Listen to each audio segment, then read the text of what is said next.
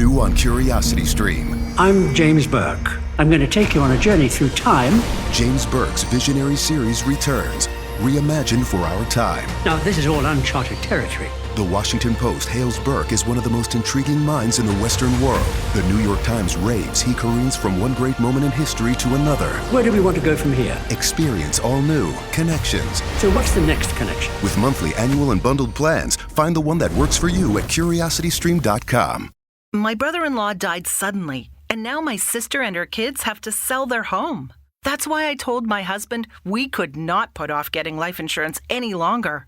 An agent offered us a 10-year, $500,000 policy for nearly $50 a month. Then we called SelectQuote. SelectQuote found us identical coverage for only $19 a month, a savings of $369 a year. Whether you need a $500,000 policy or a $5 million policy, SelectQuote could save you more than 50% on term life insurance. For your free quote, go to SelectQuote.com. SelectQuote.com. That's SelectQuote.com. SelectQuote. We shop, you save. Full details on example policies at SelectQuote.com/commercials. Welcome to Pretty Lies and Alibis. Let's seek the truth and travel the long road to justice together. What you know, Alibiers, happy Wednesday. Hope you're doing good. For those of you who did not see the YouTube short that I did earlier today, so apparently, and sometimes this happens, but it was weird. So some mainstream media Twitter accounts put out there that Lori was deemed competent because, you know, we've kind of been worried about that this week. And also we had that filing yesterday, or it wasn't the filing, it was released on the portal yesterday where the Idaho Department of Health and Welfare said they had, you know, nothing to do with this case right now because as of right now, she's cleared. So I don't know where this started, but some official Twitter accounts had quoted Justin Lum's April tweet from way back in spring saying that essentially this was the result of today's hearing. So I put a video out, a quick one, said this is what happened. It's not what happened. So big thank you to Justin Lum for reaching out and letting me know that he had no idea while they pulled his tweet into this. So we're back to not knowing really what happened and keep an eye on the portal. We'll see what's up. So I just wanted to make sure everybody knew that was something that just gained a lot of traction really quickly, especially with verified accounts, which is odd because normally they only put out stuff that's true. So, all right, we're going to hop into Wagner Day 17. First off, big thank you to Chelsea for the PayPal donation and a huge, huge welcome to all the new Patreon Perks members. Appreciate you guys. We're having a blast in there, just chit-chatting, and they get the ad-free episodes. That's the big draw. So thank you guys a lot. And music fact of the day, great song from the 80s. Everybody Wants to Rule the World. And the meanings are a little more different than you would think. So this song was written at the height of the Cold War between the US and Russia. And the cryptic lyrics sometimes refer to the very tense situation of that time. In general, the song is just about a lust for power and control, and also the destructive consequences that manifest as a result of power. One of the original lines of that song was to be, everybody wants to go to war, but the band didn't like it and they scrubbed it. It also contains references to George Orwell's classic book, 1984. So I don't know, maybe you guys don't want me doing this because I might be ruining some of your songs. A lot of people didn't know Born in the USA was really a Vietnam protest song, but there you go, or how the veterans were treated. So today was interesting in the trial because for the first half of the day, we heard an audio interview of Billy Wagner with two agents. The first interview he gave, y'all. Okay, first of all, I was born and raised in the South. I have been around people who speak banjo, but this dude is like, okay, so this is the level of banjo I've heard in my lifetime. Billy's up here. And he sounds like that really obnoxious drunk dude at a party or where, you know, some gathering that just interrupts everybody constantly and just says a lot of hogwash that makes no sense. He'd say, I mean, if I had $1 for every time he said, I'm going to tell you something. Or, okay, so, he would say that to me when he was searching for answers. He was trying to think of something to say. And also, he said, if you guys watch South Park, he reminds me of Mr. Garrison because he'd say, okay. Okay. So, guys, I had to laugh through it because it was very, very obnoxious. He did not let the investigators ask one solid question the entire almost 2 hours. He sat in that car in a Kroger parking lot. He interrupted them every single time. It was super annoying. So the first person on the stand, the first witness of the day, was Special Agent John Jenkins. I have them on the side here, but I realized I didn't put their names and they're out of order. Mr. Jenkins is the guy in the middle. If you're on YouTube, I'll put all these pictures up. And by the way, I promised you guys, we'll show it later when it's relevant. So Jenkins was on the case from day one, and he was assigned to Frankie and Hannah Hazel's crime scene number 2. The initial days and weeks after the murder, they got a lot of tips, followed up with interviews, but he really wanted to talk to Billy. He said one of the major things you do in an investigation when someone has been murdered in such a cowardly manner is you find out all you can about that person. You talk to friends, family, coworkers, anything that leads you to a possible clue about who could have done this. So with Billy, they knew that he was the grandfather of Sophia, and being a family member, they just needed to talk to him. They also started getting tips and leads that there may have been an issue with custody. So it was hard to get a hold of Billy. He wasn't in one place very long, and it took a long time to track him down to actually sit down and get an interview with him. So he gets a call from another special agent whose last name is Trout, and he made contact with Billy. And Billy said he was at Kroger's to get groceries for his dad. At this point, his dad is sick and dying, and he seems to be a caregiver for him. He said they could meet him in the parking lot. So they see him walking out and made contact and asked if he would come inside the police car, and talk to them. So they sat in the car. This was on September 16th of 2016. Remember, the murders happened 21st into the 22nd of April. So several months. You would think if your best friend and his whole family got murdered, as Billy says, his best friend, that you would be first in line to say, hey, let me tell you who he talks to. But of course, it was September before they got Billy. So they start playing the audio for the jury. The interview lasted an hour and 43 minutes, y'all. Hour and 43 minutes. Oh my gosh. The agent said, this is before Billy gets in the car. He says he's got cold stuff. Says he's going to turn his truck on with the AC running. So the agent, you hear Billy open the door and try to get in. And he's kind of going, he's making noises, and the agent says, I don't know if you're going to fit in here. Billy says, I ain't a problem. I broke my back in October, just not getting around. The agent said, I want to talk to you about the Rodin murders. We saw you talk to Chris, and we've talked to Jake. Billy said, yeah, I talk to him every day. Fine, I'll tell you whatever you want to know. I'll tell you off the bat, you didn't know Chris. Most of what they're talking about is a bunch of BS lies. Chris would give you the shirt off his back. There was nobody else like him. And I'm just going to say that Billy cusses like a sailor. I'm not going to do that because I have amazing sponsors and all that stuff. And also because, I like to keep it to where if you got like a 4-year-old in the car and they don't know what they're listening to, they're not going to learn some bad words. So I fudged some words to keep it clean. The agent said, we've talked to so many people and we hear there's different business ventures like the grow. We don't care about that stuff. He wanted to make clear out of the gate. They don't care about the weed. They don't care if he was involved. Billy said, let me ask you something. Sorry, y'all. It's going to be really hard for me not to try to do Billy's voice because it just. Are you here from Columbus or are you with the local sheriff? And the agent said, we're with BCI. Billy says, what you want to know? The agent said, first off, if you were involved with Chris, that may have been criminal in doing any kind of business. We don't care. Billy said, Chris was my best friend. We run around all the time. He didn't tell nobody nothing. He kept his business to himself. We were opposites. He growed up hard and scrounged for everything. I didn't. The other thing, he wasn't a saint, but he never hurt anybody. Chris don't talk about anything like that.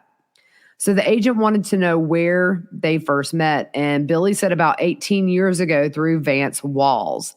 Vance is in the pen for signing checks, apparently, according to Billy.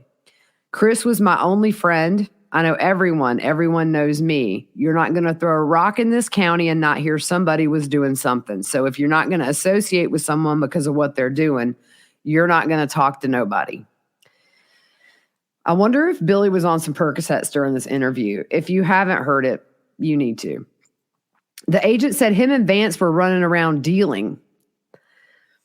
Billy said, I don't know anything about that. I don't get into anyone's business. I ain't saying I knew he sold dope. I ain't saying I didn't. I'll tell you something. It took long enough to come talk to me. The other thing I'm upset and worried about is 6 months. The way things are today, you can go anywhere and tell who's been there and who hasn't been there. So kind of off the bat, he's sort of throwing a little shade that they hadn't solved this, but at the same time, in his warped little mind, he's thinking, thank God you guys haven't solved this. The agent said, we're not going into that. And Billy said, I don't need to know about that. Here's the thing. You hear a bunch of rumors. I can tell you this. You think you know this family? It wasn't none of his family. The agent said, there's people out here who talk. Billy said, most are lying. What do you want to know? The agent said, did he have problems with anyone? Billy said, if someone was picking on him, I wouldn't have been sitting around. You don't understand. He was the only one I met like him. But beginning that week, I took him to lunch. I took him lunch at the lake. Him and Gary were working. And he names somebody named Shannon and says he's a real dope head. So you're going to hear a lot of names we haven't heard or that I haven't heard. And just really... just to kind of give you sort of a sneak peek, Billy throws a ton of names out there of people that Chris associated with to just divert the attention. It's clear what he's doing, but he said him and Gary was working. Chris came over. Something had been bugging him for a while. Me and Chris were in the truck, and I was like, what's going on? And he said, ain't nothing wrong with me. Everyone thinks something is wrong with me. He was acting weird all week, and if you got him to say 3 words, you were flying. Everyone thought he was mad because I believe that he said little Chris was smoking spice, and he said that was BS. Or was it little Chris? I think I sometimes, y'all, it was hard to understand him because he just literally, it was like gibberish sometimes. So he said that was BS. Chris didn't drink much, and he got drunk and was running up the road and I begged him to go home because I said, you're going to get a DUI. And the agent said, what day? And Billy said it was the middle of the week, and I got him back to the house, and he wasn't acting like himself. After that, I talked to him the last time, and he seemed okay.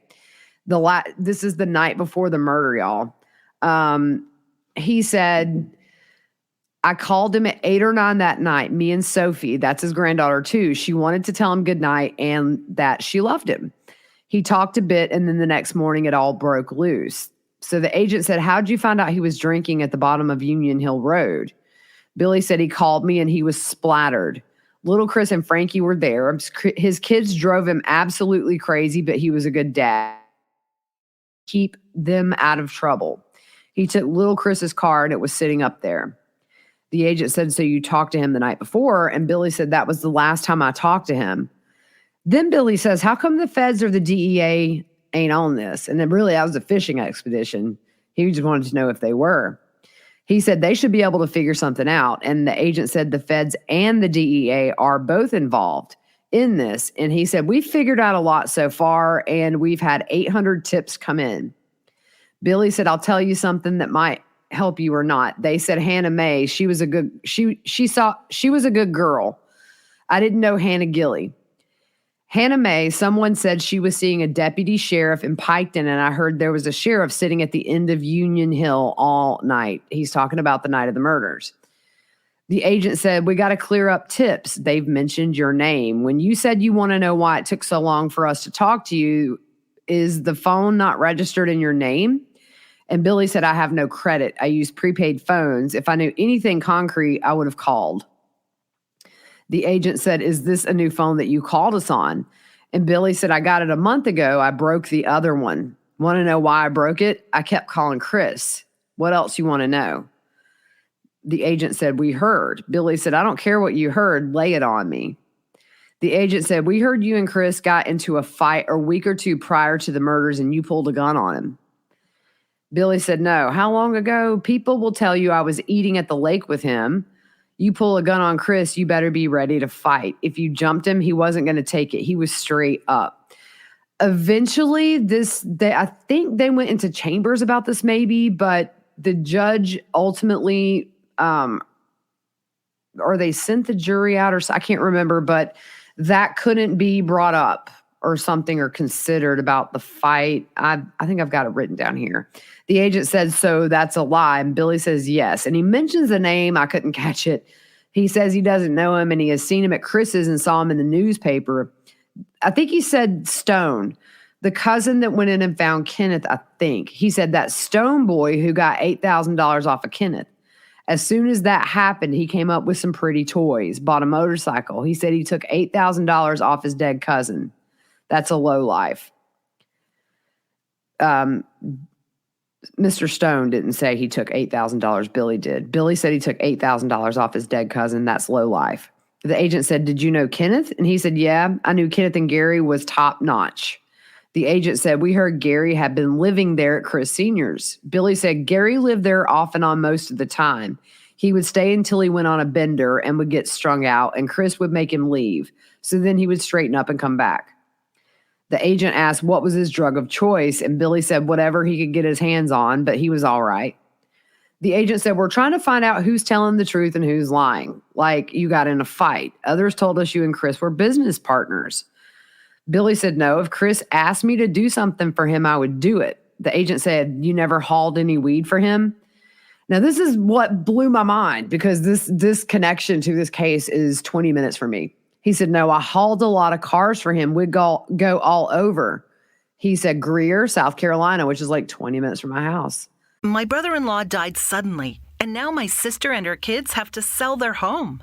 That's why I told my husband we could not put off getting life insurance any longer. An agent offered us a 10-year, $500,000 policy for nearly $50 a month. Then we called SelectQuote. SelectQuote found us identical coverage for only $19 a month, a savings of $369 a year. Whether you need a $500,000 policy or a $5 million policy, SelectQuote could save you more than 50% on term life insurance. For your free quote, go to SelectQuote.com. SelectQuote.com. That's SelectQuote.com. SelectQuote. We shop, you save. Full details on example policies at SelectQuote.com/commercials. I wish I could find who they dealt with. I get them on the show. The agent said, did you go to Tennessee to get a car? Billy said, no, the last one we got was in Greer, South Carolina, a black SUV. It had a crushed in front and he sold it. And that car still had a new car smell. The agent said, so you go all over the country? And Billy said, yeah, he didn't have a truck and my truck would make it. So we took mine. Here's the thing. I think you boys are going in the wrong direction, but it seems weird to me that something ain't right. You got people, and he kept saying, was supposed to have some weed coming in. I don't know who he bought it off of. He was supposed to start, from what I heard, he was going to start selling to the ones he was buying off of. The agent said, but can you take us to them? And Billy said, no. I know a couple out in Greenfield and the rest all around Latham, Ross County. That's where he got his cheap stuff at. The agent said, be honest with us. We need this information. We need information to solve these murders. And Billy said, I'll tell you everything I can tell you. So the agent said, could you point them out to us if you took a drive with us one day or a way to find them? And Billy said, I can get you pretty close. I'll write this down. You hear the pen click. He says, you ain't going to tell nobody this in this town. I'm telling you, I'd die. I got 2 grandkids, 2 sons, a wife, a mom, and a dad who's dying. I got my own problems. This is the most crooked county in the state of Ohio. The agent said, you're not the first to tell us they don't trust people. Billy said, I trust people in the boonies. You can lie to me. I can't lie to you. The agent said, we're not going to lie to you. Billy said, I don't know his name. There's something else. Last time I was in that county 2 years ago, I worked with a guy who shot someone over there that was breaking in his house. Chris told me about that. I met you, and he must look at one of the agents. He said, I met you somewhere. You sure you don't work for the sheriff's office? And the agent's like, no, we work for the attorney general. What was he into besides weed? Billy said, I don't know. I didn't bother asking. So the agent said, did you go to Cincinnati with him? Billy said, when he went to Worms Way. And the agent said, did you meet any of his friends in Cincinnati? Billy said, I guess I can tell you that one. He has some kind of dope in his head. He goes off on a story about Billy's kids. So he's avoiding this question of, did you go to Cincinnati? Or did you meet any of his friends in Cincinnati? He said he had some kind of dope and his head in a brush pile behind his house. He said, the kids nickel and dime me to death, and he told them, I can't even get you to cut my grass. The kids came by and said, hey, Dad, we cleaned up your yard and burned a brush fire. And like Billy was laughing. I don't get it, but the agent said, when was that? And Billy said, a month or two before. I do have this, and I don't know the name or who he is, but you can figure out from his phone calls. There's a guy in Cincinnati he dealt with, and he owed on that. And the agent said, did he ever come to Union Hill? And Billy said, I don't know. I've never seen him. All I know about that is what I heard from Chris. Now, Billy does say some racial words that I'm not even going to bring into context here. 2 or 3 times referring to one person. So the agent said he owed that guy, and Billy said, I can make stuff up, but I don't know. I told him not to mess around with that stuff. It's hard. I ain't something bad about him. If Chris should come up out of his grave and tell you who did it, if Chris could come up out of his grave and tell you who did it, he would not. I don't care what you did to him. He wasn't like that, and I ain't either. And then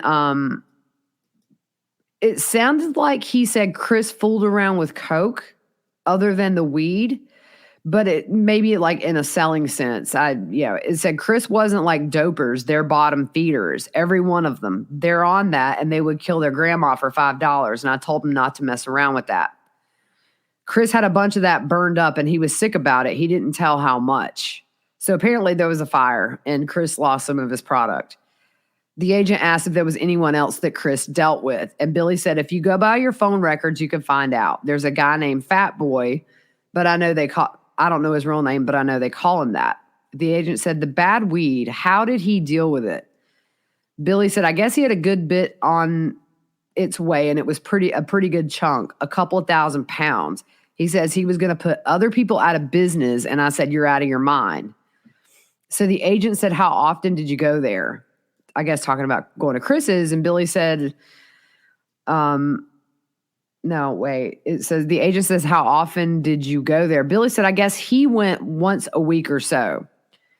This goes against my grain telling you anything. I hate that SOB Vance. I hate dope heads. Some guy with the first name Russell. Agent asked, did he lend you money? He said, nah, my mom and dad has a big fat trust fund for me. I take care of my dad. He can't get up and down. If he wants chocolate cake at 4 a.m., I go get it. He was tough. He could work circles around me. Every bone has been broken, but he was a hard worker. With the weed coming in, it was going to be a lot of money. He said 30 to 35,000, and people knew Chris was good for it. Excuse me. So the agent says, do you think Kenneth was in with Chris in the weed business? And Billy said, Kenneth, Gary, and Chris all kind of stuck together. I talked to Brady, and that's something else real weird. He said, okay. You can see Brett Hatfield's house from Kenneth's window, and then Brady ain't a mile up the road. Brady never knew anything about anything. I've talked to Brady 3 times, and Tony, who works at the lake, 8 times, and more now that this has happened. I don't think they know anything. And then they talk about somebody named Robin, not his sister. It says, could Robin have been business partners? And Billy says, Robin is a genius, came from nothing. He didn't have anything. He didn't have to do anything like that. They grew up together. So the agent says, anything else you can think of? And Billy says, I'm going to tell you something again. I ain't family. It ain't family. A bunch of hillbillies didn't do that. This is some real SEAL Team 6 BS. And I was a little taken aback by that when he said this is like SEAL Team 6 stuff.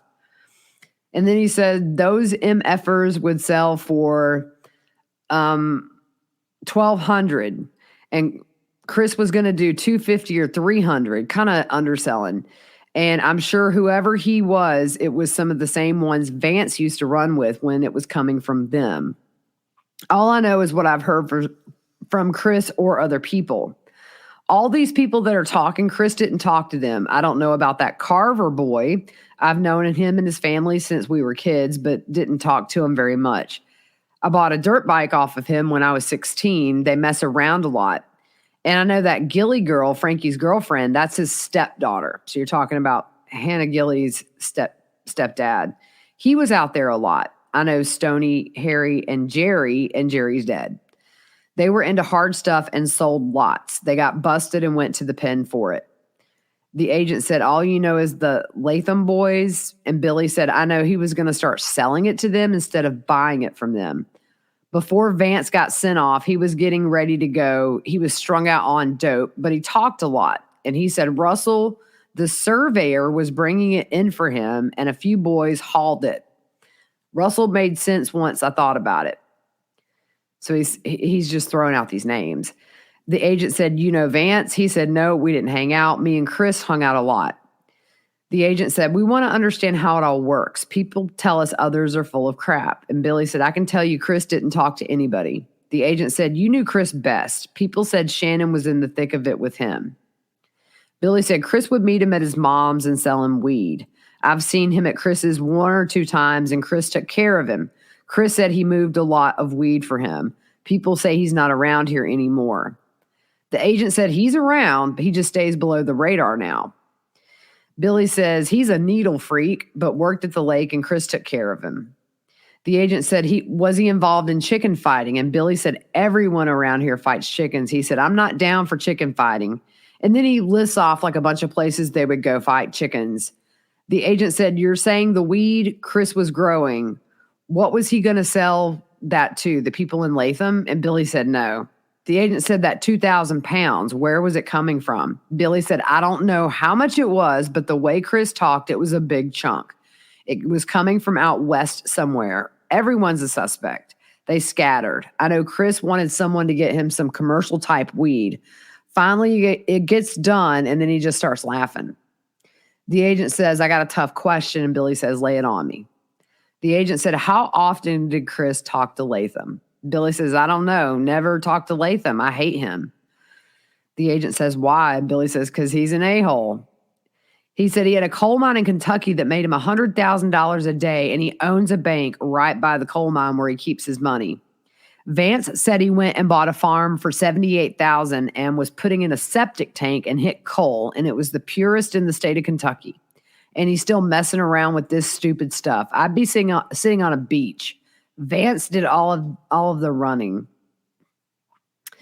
Vance is a good fella. He's got problems, but he's a good boy. The dope destroys this part of the world, and it seems like in the 70s, everyone smoked weed, and then everyone wants pills now, and everyone's on hard drugs they're making in their kitchens. Do you know how many people have died here in the last 6 months? Everything comes from West Virginia and Kentucky. It's a big circle. The agent said, I wish we knew more about the association of Latham and the sheriff's office. And Billy said, I can't understand a thing he says. Billy, I feel you, because I ain't going to tell you how many times I'd rewind Mr. Banjo here to understand what he was saying. He says, I have nothing but respect for you. He was talking to the cops. He said, but some of you guys and some of your fellas out there ain't worth nothing. They always say they want to go home at night. And then he tells the story of a girl running after somebody with a butcher knife, and the cop told this girl to drop the knife, and she didn't, so she got shot. He said Wyatt Earp couldn't have done better. He rolled her, took her to the hospital, patched her up. There's no reason, get this, y'all, there's no reason to shoot someone who is unarmed. I'm glad it wasn't lightning. He'd have been struck dead right there. They murdered that boy up there. I'm assuming he's talking about cops. He said the boy was in a ditch. His car was stuck. He comes out. If you're that scared, stay home and order Chinese. He's talking about the cops. The agent says, you say they worked for Latham. I think it's Latham. Billy said, if you ain't mentally, he uses a derogatory word, and I won't use it, but if you're not, I would say have mental struggles, you can figure it out. It's easy to know what's going on, but it's harder to nail it down. He said, Hannah Mae was a brat, and he starts laughing, and he said, she was my brat. Jake's running around acting like she's still coming home. He's burnt. Don't know what to do. And Sophie, the only reason I'm saying something, Chris would be ashamed of me. You're looking in the wrong direction. So essentially there he's saying that the only reason he's talking to them is for Sophie's sake. Were you there the first day? What time did you get here? And the agent said 10 or 10:30. And Billy starts laughing, and he said, that's better. Everybody said noon. 2 or 3 people said there were deputies sitting out there all night. And then Hannah was dating one of them. Her and Jake have been dating since she was 13. I figured she'd come back, but Jake, he's just walked around for days.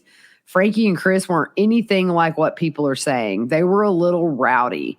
They were normal teenagers. They were good boys. Never caused a problem. And then he says, well, once in a while, and then he started laughing real hard.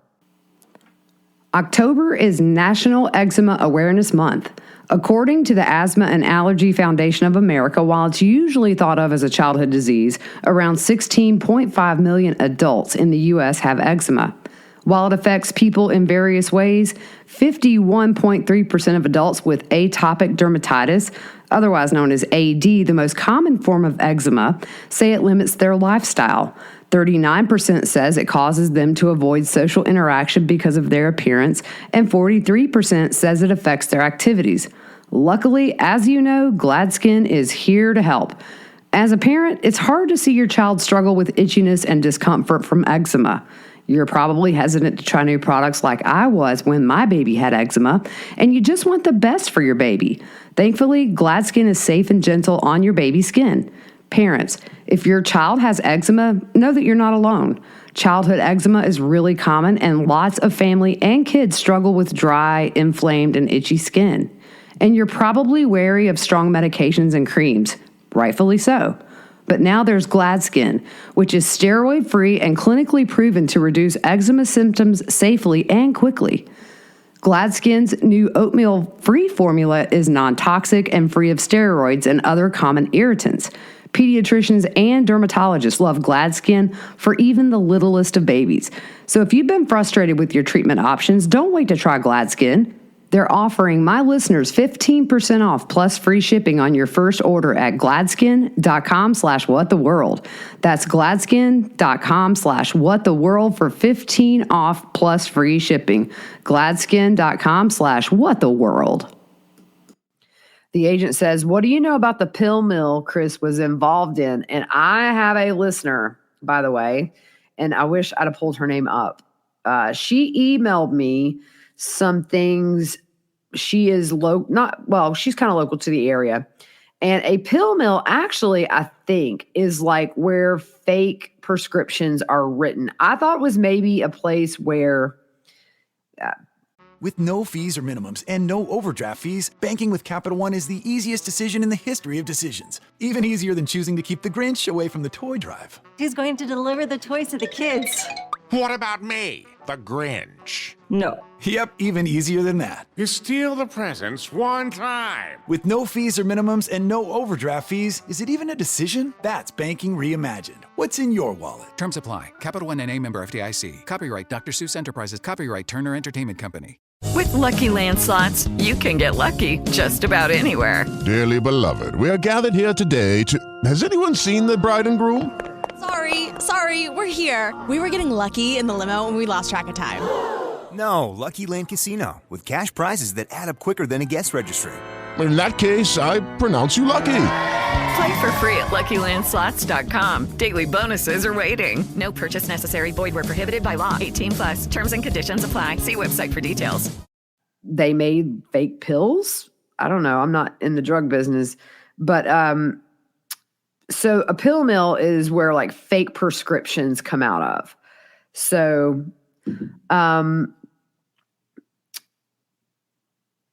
Billy laughs really hard when he's asked about these pill mills. And he said, Chris lost a lot of money. And he lists several places that he had them. And he had a half partner. One was in Columbus. Tracy something. Him and his lawyer were opening a pharmacy in Piketon, and Chris was in on the one in Columbus with him. The one in Pebbles and Bluegrass Parkway, Sumtown, that Cornbread Mafia dude. Cornbread Mafia. That man, I swear to God, y'all, I want to get a shirt that says Cornbread Mafia. We're going to get one for Thanksgiving. That's going to be our Thanksgiving pretty last shirt, the Cornbread Mafia. Oh my gosh, y'all. Oh man, I done lost my place. Y'all know me. I get so distracted. He's the Cornbread Mafia dude. He's the big weed guy down there near the Bluegrass Parkway. So Billy's phone rings and they laugh and says telemarketer. And the agent says, we aren't going to go tell. And Billy interrupts. You ain't going to go do something. Ain't nothing going on to get done. Okay. The agent said, we're going to catch the killer, and the FBI and DEA is working with us. We're going to solve it, but we need people like you to help us out. If you know of anyone who is friends with Chris who could tell us anything, can we talk again? If I come up with something, can I call you? Us meet someplace? And Billy said, if I think of anything, I'll call you. The agent said, we ask you don't talk. And Billy interrupts. Billy said, I don't talk to nobody. I'm going to tell you something. Y'all seem pretty straight up. Don't cause me no trouble. These people, I ain't scared of them, but I don't need the aggravation. The only reason I'm helping is somebody has robbed a lot of people. I'll help you any ways I can, but I ain't a snitch. Chris is gone. That's some BS. Speaking of Hannah Hazel's dad, I think, or stepdad, somebody shot his kid the most. That don't make sense. I want to know who pulled this off. If there was one phone call, you fought them all. Talking about the Wagners. In other words, if one phone call was made to another Wagner while this was going on, it wouldn't have went on for long.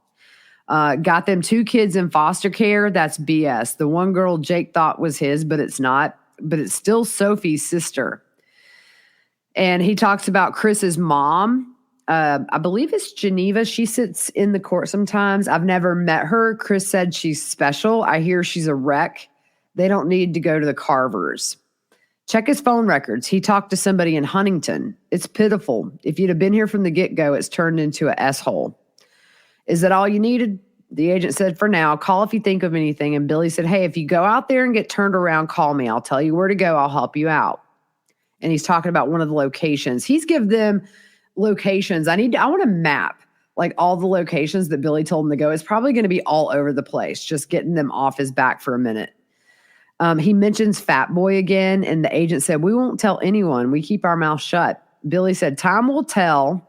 We will find out if your word's any good. And he laughs. He says, if you do, you're defeating your purpose. There's no way any of his family did that. They would all starve. He took care of everybody. The agent said him and Dana get along well, and Billy said he was her cash cow. He took care of her. She just ran around and spent his money, but nothing bad. He said, I don't think I've talked to her much. And the agent said, do you think she knew where he was? Billy said, I don't think he told her, but I think she knew. The agent said Chris made the comment that the storm is coming and he was depressed. And Billy said, he never said nothing like that to me. So the agent said, what do you think that would mean? And Billy said, I don't know. He was drinking and worried. Something was bugging him. Someone said boys came to his house and got into it, but Chris didn't mention that to me. Have you talked to Vance? The agent said, no, not yet. Do you think he'll talk to me? And Billy says, I don't know.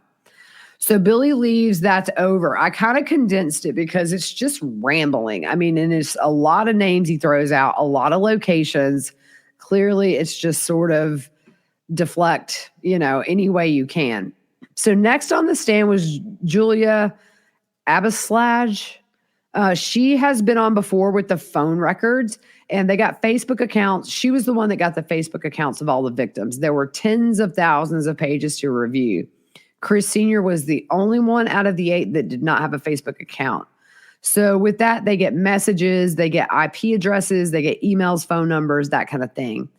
So they saw messages from Hannah Mae that conflicted from what Jake had told them in his first interview, that the Wagners were controlling, fears they were trying to take Sophia away from her. And there were many conversations between Hannah Mae and Tabitha. Then BCI after they got all these messages, they reached out to Tabitha to talk to her. So in one of the messages, Facebook Messenger, if you remember, they're kind of in a remote area. Facebook Messenger can connect to Wi-Fi, and a lot of people use this to communicate because you can't get cell signal. So this was December 20th of 2014. This is, a year and a half before the murders. Summer wanted to know when they could hang out, which is one of Hannah's friends. And Hannah said, I don't know. Her friend says, hopefully soon. And Hannah Mae says, yeah, I'm never at my mom's or dad's. I practically live with Jake. So March the 9th, 2015, Hannah Mae and someone named Zach are messaging back and forth. And Hannah Mae said, my daughter's father, you know him. Well, you met him at the reunion. I've been with him for almost 5 years, and it's to the point I cannot stand him and stuff. So we aren't together and such, but he wants to try and take Sophia away from me. He has her right now because they're going to the Newport Aquarium in the morning. But I've been pretty depressed lately, wanting to do some stupid stuff, but I have Sophia, and she's the one thing that stops me from doing anything like that. That made me so sad because you have this very young mother. She's just come out of an just unimaginable controlling situation. And the thing is, yesterday, we talked about this, but the defense attorney really tried to kind of victim blame and turn it around and make the controlling nature Tabitha's fault because she cheated, right? But it seems like if you look at the messages between the girls, there's no reason to lie about it. It's very free. Then you have the Alaska wife who testified the same thing, or, has said the same thing in the past that, they tracked her phone, everything. So her friend Zach says, yeah, he's a jerk. I can't stand him. I'm sure this is Hannah Mae again. Yeah, he's a jerk. I can't stand him. I'm sure when you see Frankie, he will tell you everything. Probably, but nobody up here likes him. But yeah, Sophia wasn't cutting teeth that young. Some babies do sooner than others. Apparently, the Zach guy must have a baby or something. Zach said, if he's bothering you and abusing you or something, that can be taken care of. But that's the reason he shouldn't act like that when y'all have a kid together. He should be trying everything to keep you happy and to be a good father. Hannah Mae said he's extremely controlling, doesn't want me to even come up here and see mom and dad or my brothers. I haven't seen Grandma Roden in forever because of him. Zach says, F that, I'll smack him in the head, put him in my toolbox, and bring him to Kentucky. And that right there is BS. Hannah Mae said, yeah, there's a lot of people who want to do stuff to him. Frankie most of all, LOL. But yeah, he's a goob. She says another word. I didn't listen to Dad. He told me exactly how he was to start with. So then we jump to June 17th, 2015. This is between Hannah Mae and Tess. And Tess, as we know, is Tabitha's mother. Tabitha's George's ex-wife. Hannah Mae says, okay, thank you once again. I apologize for how I was when I was with my ex. I believed everything they did and did as they said. Tess said, yeah, the whole family is like that. Hannah Mae said, yeah, I realized that eventually. Tess said, eventually everyone does, but don't let them BS you. Hannah Mae said, they want me to sign Sophie over. It's not happening. Tess said, don't do like Tabby did. I tried to get her to listen to me and she wouldn't. And Hannah Mae said, I'm not. Sophie's my entire world. December 9th, 2015, again, they're having a conversation. Hannah Mae says, I know how they are. I was in their family for 5 years. I know how it is to have children with one of them. I won't sign papers. My house is beyond clean. They can't prove me unfit. Therefore, I won't lose Sophia. In fact, I just got a new house that's bigger, more rooms and everything. And Tess said, that's good. I've dealt with them for years. Angela never liked me because Freddie, who I'm thinking is Frederica, told everyone I was her daughter, which made Angela jealous. But I don't care about any of them except for Bob, Freddie, and Robin. And I'm thinking Bob is Billy's dad. I'm talking to you, girl. Don't believe anything that family says. Take your baby back and tell them to go F themselves. Sorry for what I perceive as blowing up, but Tabby has been on me about crap all week. I'm getting pretty edgy. I'm glad to see you're doing so good. I truly am. Here it is. Hannah Mae says, I won't sign papers ever. It won't happen. They'll have to kill me first. Bless her heart. Tess says, good. Make sure you don't ever sign anything. So she also looked at the phone records, the witness looked at the phone records of Billy and Chris Sr. and was asked to see if any phone belonging to Billy tried to call Chris Sr. after April 22nd of 2016 or 21st. They pull up Chris Sr.'s phone records. We saw those in the very beginning of the trial when she was first on. So let's see. The last voice call to Billy was at 10:52 p.m. for 3 seconds. There was an outgoing call at 10:55 p.m. for 5 seconds. Both of those, they believe, went to voicemail. There were no other calls from Billy. They had one phone from Billy at the time of the homicides, or they knew he had one phone. They checked to see if he called after Billy's interview where he said he missed his friend and kept trying to call. And of course, they found nothing. And he told investigators he was so frustrated his best friend had been murdered that he smashed his phone. So on cross, the defense attorney says, it was Parker up today, by the way. You don't know who created the Facebook messages on the account? And she said, no. Do you know if Chris Sr. and Billy, do you know if they had other phones? And she said, no. There's lots of objections back, with the prosecution. So the defense, again, you don't know how many phones they had. She said no. The next witness is Ryan Scheider. It took a while to get phone and Facebook records, but once they saw the background with Hannah Mae and Jake, that with those custody issues, that's really kind of when the Wagners got on the radar as persons of interest. He said that's not what was reported to us when we first contacted Jake. He said there were no issues with her and the child they shared. Family and friends said the same thing. And the stories were conflicting. That's when the Wagners officially became on their radar. They did have family and friends who made them aware there were custody issues. I apologize for that. Charlie Gilley and Jeff Packett also gave information. I really wish I could have seen Jeff testify. Seems like he did the right thing. That's what's honorable about him is that he was very, involved with the Wagners, working on the farm and stuff. But it seems like he did a pretty solid job for his friend, Chris. Both reported a similar story they heard from Billy. So Charlie Gilley and Jeff, about 2,000 pounds of marijuana worth $800,000. And they were in on the deal together. And Skid Montgomery found out and had the Rodens killed because of the deal. They also heard from Jeff Tackett, that Billy was worried $20,000 of his money was in Chris's safe, and the sheriff's office now had that money. If you remember when they broke open that safe, they said there was a lot of money in there. It was never shared with the public, so that's only something that would come from the inside. And he said, the agent said there was actually $27,000 in that safe, and they actually had to break into it. I think they had to call the fire department to get the jaws of life to get that safe open. So the interview with Billy, his first interview was concerning for a few reasons. He took a long time to interview, and some things he said were false statements that just were making him look innocent and putting the blame on other people. He was trying to take the focus off of himself. So they received information about Billy's phone and found out he no longer had that phone. And we said he destroyed it. They knew the last activity on Chris's phone was at 10:55 p.m. on the 21st of April, 2016. And so the statement that he kept trying to call Chris Sr. after the murder was not true. They learned he never returned those calls either, like you said. They also got the Facebook messages with the conversations about custody and the way the Wagners were and abuse in Hannah Mae and Jake's relationship and just the controlling issues with the whole family.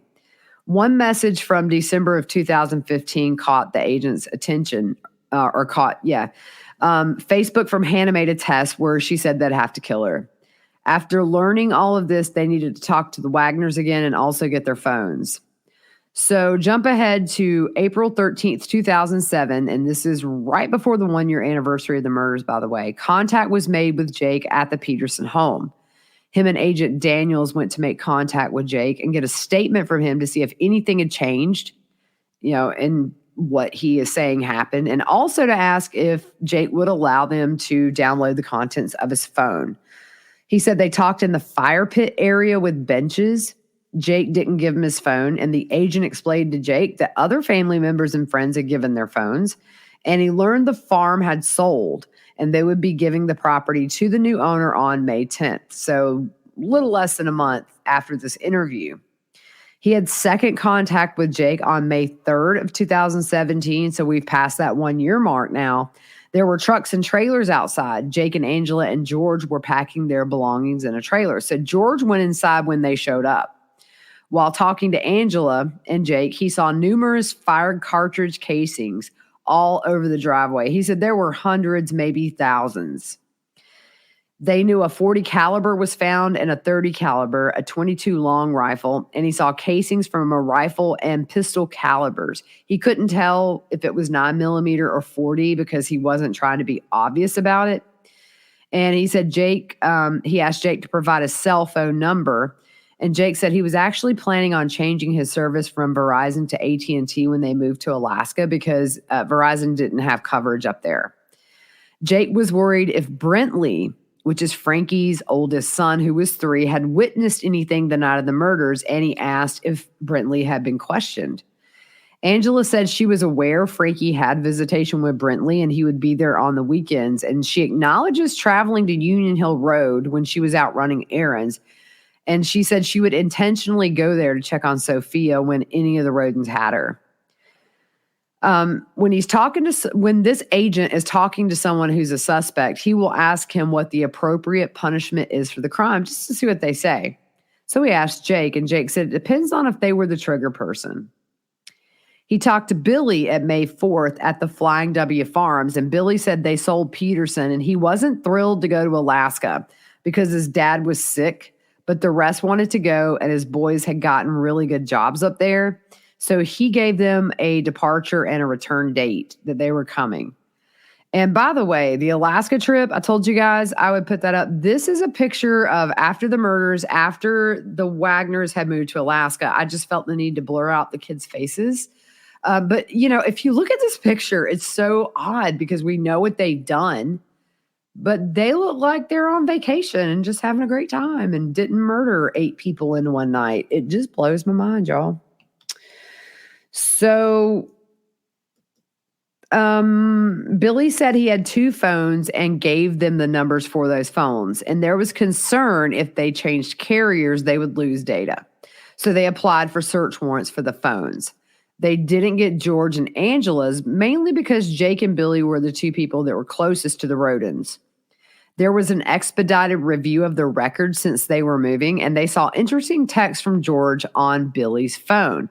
So going back to when the agents were there on May the 3rd, talking to Jake and at the fire pit area, if you remember, they talk about George went back inside. Jake and Angela stayed out. George excused himself. So May 3rd, 2017, 12:33 p.m., George texts his dad, Billy. Don't come down till I text you, got company. Same date, same time, they're in the driveway. Same message was sent to Billy, had a Samsung phone and an iPhone. Same message was sent to Billy on the iPhone twice. Billy responds less than a minute later, okay. For Jake's phone, under the notes section was a list of guns owned by the Wagner family, and it was listed by names and who owned it. So that was created February 11th of 2015. I'm not even going to call these out, but there's a ton. Even Sophie, the 3-year-old, had a gun. So a lot of guns. I wouldn't even know how to pronounce, y'all. All I know is I got a snub-nosed revolver. I know how to say that. So that was under the note section of Jake's phone. And they gave the phones back once they extracted all the data. You're going to hear me flip-flop. Because they didn't want the Wagners to get new numbers. So on May the 8th, in the driveway of the Flying W Farms, they brought Billy back his phones. And Billy expressed his concerns about moving with his dad sick. He said he was leaving that night, which would have been May 8th or 9th, and would be back the next week. He said Billy told the agent that Jake and George were mama's boys, And he said, ultimately, the key to a happy marriage is a happy wife. It's the only thing I can agree with Billy Wagner on. He shared that the boys were homeschooled and nobody had ever taken care of them other than her. And he also said Angela was the world's best mother, like mommy dearest. No wire hangers, y'all. He said he wanted them to stay close to take care of his dad and would rather find a farm in Jackson instead of moving to Alaska. It's 4,000 miles away. They lost cell service, the agents lost cell service, leaving Flying W Farms. As soon as they got to service, Jake called and said he heard they were at the farm and that they had given Billy his phone back and he wanted to know about his. He talked about Alaska and said he had a job interview, but wasn't hired anywhere. So you got that little discrepancy where Billy's telling the agents both boys have good paying jobs. He said they were leaving that night or the next day, but would return the 22nd, which is a week longer than what Billy had told them. So they got a search warrant for the Peterson Road residence, and they got it for the day the new owner took possession, mainly because they wanted none of this new people's stuff in there. They wanted the house as it was, as the Wagners left it when they went to Alaska. So they recovered shell casings that were sent to BCI London to examine. They returned to Peterson on May 12th to do an extensive search warrant. They got a second search warrant at a farm. And while executing the search warrant on the first one, May 10th, a neighbor came up and said the Wagners had stored trailers on State Route 41. And so investigators went and found the trucks and trailers. So back to May 10th, we talked about they wanted to search before the new owners. They found an unfired 22 long rifle cartridge on the shelf as you walked in the door. Well, okay, so here's the house. Here's Peterson Road. And then they found so when you walk in, it's kind of like a mud room where you can put your coats and stuff up on the top there. I did not include that picture, my bad. So they found this, and it was the same brand and type of bullet that was used at crime scene 2 and 3, which was Frankie, Hannah Hazel, Dana, Hannah Mae, Little Chris. It was a Remington brand, which was the same as well. In the kitchen cabinet, there was 22 long rifle cartridges unfired, and that's these here. That's the same as the crime scenes as well. So on May 12th, they did a more extensive search. We haven't gotten to that yet. I think maybe the agent that actually did that search will come testify. It seems like maybe this week, next week is going to be a lot of search warrant, wiretaps.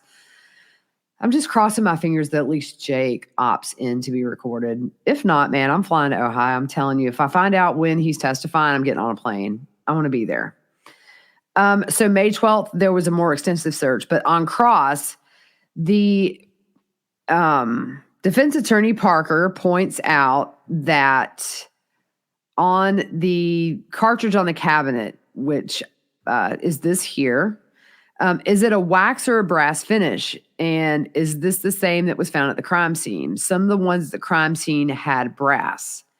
And the agent acknowledged that no, this was not like the ones they found at the crime scene. He shows a picture of the bullet found just inside the door with the same question. And again, it was no. And then he asked, did you ever seize George's phone? And he says, no. You talked about Chris Sr.'s 2 phones. You never recovered his phones? And he said, no. You had his 2 phone numbers. Do you know what about a burner phone is? And the agent said, is a phone someone purchases to conduct business you don't want other people to know about? They're common in the drug business. Is that true? And the agent said it could be, but it also could be he was insinuating like maybe a cheating spouse or whatever, or some kind of criminal activity. Then on defense, Parker asked, what was the first date you talked to Jake on Peterson? And he said it was right around the 1-year anniversary of the homicide. The defense says at that point in time, the Wagners were people of interest and everyone knew that, right? And the agent said, define everyone. And the defense said there was gossip in the community. And the defense says, you talked to Billy 6 months after the murders and attempts were made before that. So Billy knew law enforcement wanted to talk to him. He said he didn't like talking to law enforcement, and the agent said yes, except during our interview. So on redirect, they tried to do the first search warrant with a small team not to attract attention. The media did not learn of that first one, but they found out about the bigger one on May 12th. Once the Wagners moved to Alaska, it was made public that the Wagners were persons of interest in the case, and they asked anyone who had dealt with the Wagners if they knew anything about vehicles or firearms. And he said a couple of other things. He did not name them. He asked them to come forward. So on recross, BCI knew the Wagners were going to Alaska. They told you, Billy and Jake. No surprise they went, right? The agent said, that's correct. So the prosecution said, other than the first indication they were going to visit, it was a scouting trip? And he said yes. So that kind of ended the testimony for the day. It was interesting to hear Billy's voice. I don't know. I just thought he would have a much more deep, menacing voice. And let me see if I can pull up my voice memos, y'all. I recorded some of it just because I was dying laughing. Let's see. Okay. I'm going to put this in my mic. It may not work. Oh. It may be playing in my room, scaring my dogs half to death. Okay, well, I tried. Yeah, so I can't get that. So what I'll do is tomorrow I will clip some of this and put it on the link in the bio that will have. Oh, here we go. To be honest with you, John will tell you the same thing. We're not going to lie to you, number one. And no, I'm telling you. All right. We'll just go with that, all right? But here's the thing. Now, let's get back to directions. Now, here's what I can tell you about that guy. I don't know his name. Now, listen, there's something else, okay? The last time I was ever even out in that country was like 2 years ago. So, I don't know anything. Okay, so I'm just going to stop it there because he probably throws like 5 F-bombs in a row right there. So, but it just, he seemed... It was so obvious that I'm sure these agents were just kind of sitting back like, give them enough rope. And anyway, so I'm really interested at this point to learn more about the evidence against the Wagners. However, again, other than the text message that George sent to Billy about not coming home, today again was mainly Billy and Jake. And so I'm hoping they've got some solid evidence. I'm of the firm believer that if you know something, even if you didn't pull the trigger, if you were there and you knew something and didn't stop it, you should go to jail, prison for the rest of your life. All right. So tomorrow, back at it. It's Thursday. We're going to see who's on the stand. And I'll bring you the best of it. Keep an eye on Lori. See if anything comes of that. I'm keeping an eye on that Vine leak again. It's like deja vu. All right, guys. Thanks for all your support. Hello to all our new listeners. I'm working on getting these playlists in order from the oldest to the newest. That's been the request for a lot of people. Working on that. I have the web store pulled down right now. I'm adding some new stuff and I'm fine-tuning some stuff. So that should be back up and running tomorrow afternoon. And yeah, so thank you guys so much for all your support. Y'all are amazing. All right, we'll see you tomorrow with more Wagner drama.